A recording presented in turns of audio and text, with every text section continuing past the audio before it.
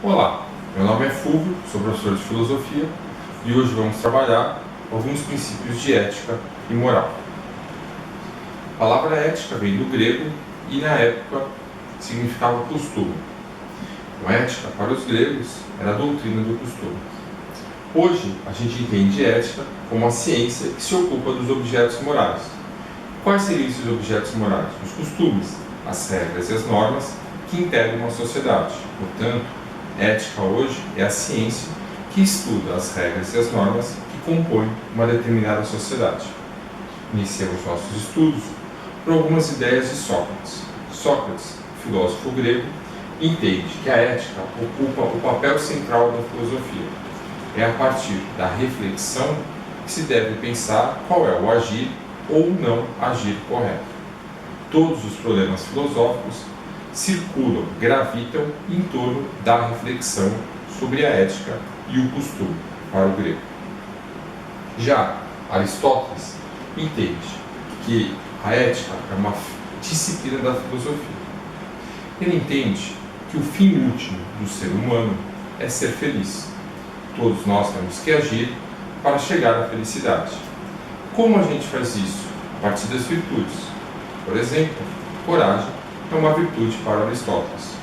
Mas como saber quais são as melhores virtudes ou como agir virtuosamente para Aristóteles? Agir de forma virtuosa é agir a partir do meio termo, nem um extremo, nem outro.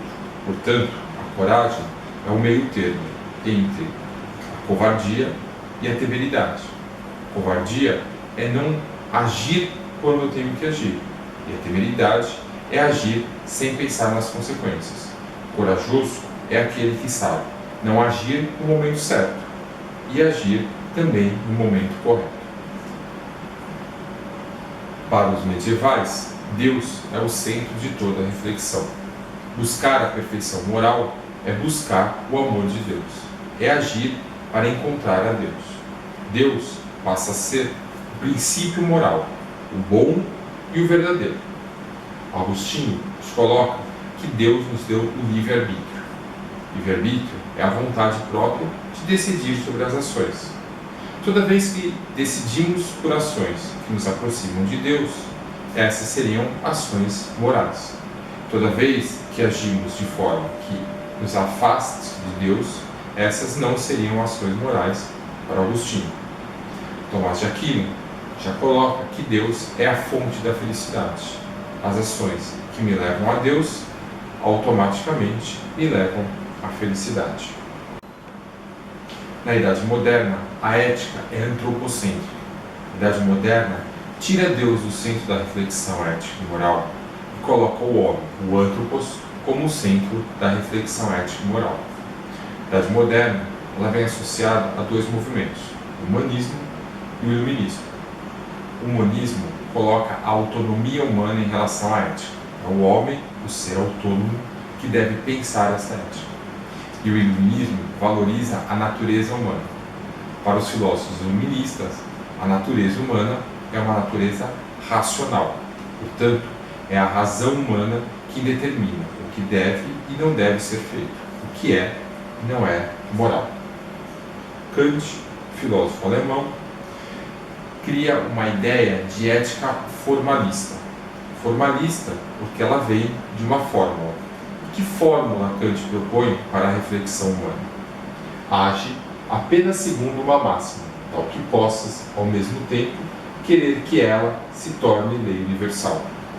Kant propõe que essa máxima, essa ação moral, possa ser universalizada.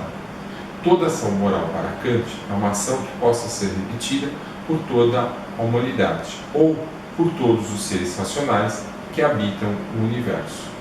Nesse sentido, Kant acredita que a razão humana é uma razão legisladora.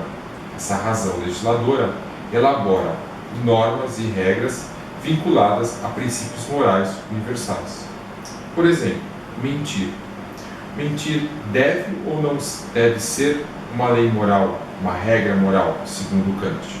Para Kant, mentir nunca deve ser algo moral, pois se a mentira se generalizasse, a humanidade, os seres racionais cairiam em descréditos e não mais acreditaríamos um no outro. Isso geraria um colapso. Portanto, para ele, nunca devemos mentir. A máxima é que a mentira não pode ser universalizada.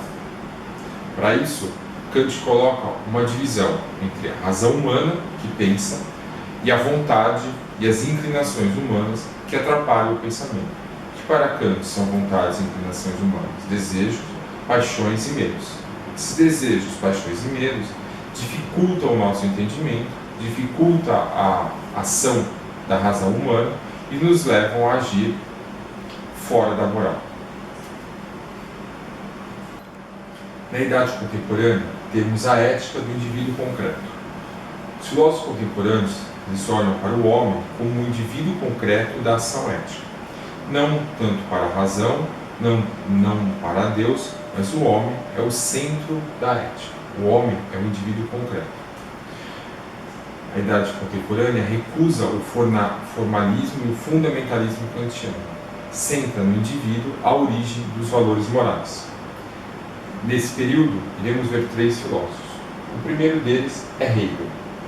Hegel apresenta que cada momento histórico constrói um conjunto de códigos e normas morais. Para o Hegel, cada sociedade cria o seu código e normas morais. E é essas normas e regras que dão sentido àquela sociedade. Nós não podemos olhar sociedades diferentes a partir dos olhares da sociedade que estamos inseridos. Essas normas, essas regras morais só fazem sentido dentro daquela sociedade. Então, a análise dos princípios morais, a análise ética, tem que ser feita a partir do princípio da sociedade em que está inserida. Marx, na mesma compreensão histórica de Hegel, coloca que os valores morais não são universais, eles são temporais e também pertencem a uma sociedade histórica. Mas acrescenta que esses valores morais são formas de ideologia dominante. As classes dominantes criam ideias, criam conceitos, criam valores morais, e que toda a sociedade se submete a elas. Essa ideologia, essa moral das classes dominantes é difundida por todos e faz necessariamente com que a sociedade se mantenha do jeito que ela está. Esses valores morais garantem que aqueles que dominam a sociedade continuem dominando a sociedade e aqueles que são submissos às classes dominantes permaneçam submissos a essas classes. Portanto, por Marx, as regras morais de uma sociedade nada mais é do que uma ideologia para a manutenção da sociedade conforme ela está. Habermas propõe um diálogo livre de argumentos válidos e coerentes, baseado na razão. A construção de uma ética democrática, baseada em valores consensualmente aceitos por todos e válidos. Portanto, para Habermas, a ética tem que partir de um consenso. Um consenso no diálogo, um consenso na discussão livre de argumentos para se criar esse código moral de valores. Por hoje é só. Agradeço a presença de todos e até uma próxima.